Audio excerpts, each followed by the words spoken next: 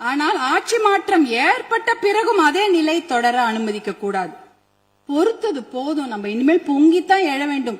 ஏனென்றால் ஒரு பழமொழி சொல்வாங்க, அரசன் அன்று கொள்வான், தெய்வம் நின்று கொள்ளும் அப்படின்னு சொல்லுவாங்க. இன்னைக்கு நம்ம குழந்தைங்க மேல கைய வச்சவங்கள நம்ம சும்மா விடக்கூடாது. நம் பெண்கள் மேல் கை வைத்தவர்கள் சும்மா விடவே கூடாது. இதுக்கு மேல நம்ம பொறுமையா இருக்கிறதுல அர்த்தமே கிடையாது.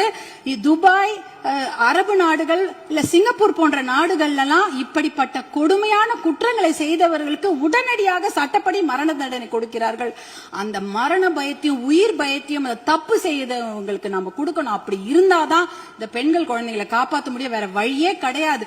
ஏன்னா அவங்க நினைச்சிட்டு இருக்கிறாங்க, இன்னும் ஒரு 5 வருஷம் பொறுமையா கேஸ் ஆடிக்கிட்டே போலாம், பொறுமையா வெளில வந்துடலாம். இந்த கோர்ட் இல்லைன்னா அந்த கோர்ட், அந்த கோர்ட் இல்லைன்னா அதுக்கு மேல கோர்ட்னு போய் அவர்கள் வெளியில வந்து விடுவார்கள் என்ற தைரியத்துலதான் இவ்வளவு பெரிய தவறுகளை செய்கிறார்கள்.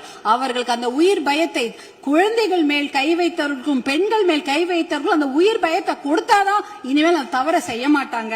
அதுக்காக இனிமேல் நாம பொறுத்தது போதும், பொங்கி எழ வேண்டும் என்று மறுபடியும் நான் உங்களை வேண்டி விரும்பி கேட்டுக்கொள்கின்றேன். அப்புறம் தருமபுரி மாவட்டத்திற்கு என்னுடைய கோரிக்கைகள், தருமபுரி காவிரி உபரிநீர் திட்டத்தை உடனடியாக அறிவிக்க வேண்டும்.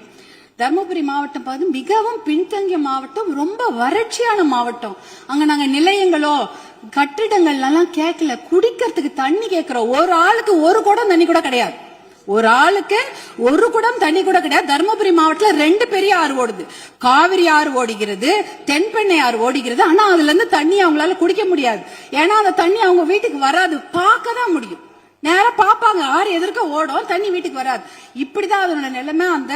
அந்த தர்மபுரி காவிரி உபரிநீர் திட்டத்தை செயல்படுத்தினாங்கன்னா கண்டிப்பாக தண்ணி அவங்களோட ஏரி குளங்களை நிரம்பிவிடும். எத்தனையோ குடும்பங்கள் பிழைத்து விடும். அது அந்த திட்டத்துக்கு நீங்க புளோரோசிஸ் கூட, புளோரைடு கூட தர்மபுரி மாவட்டத்தில் இருக்கு.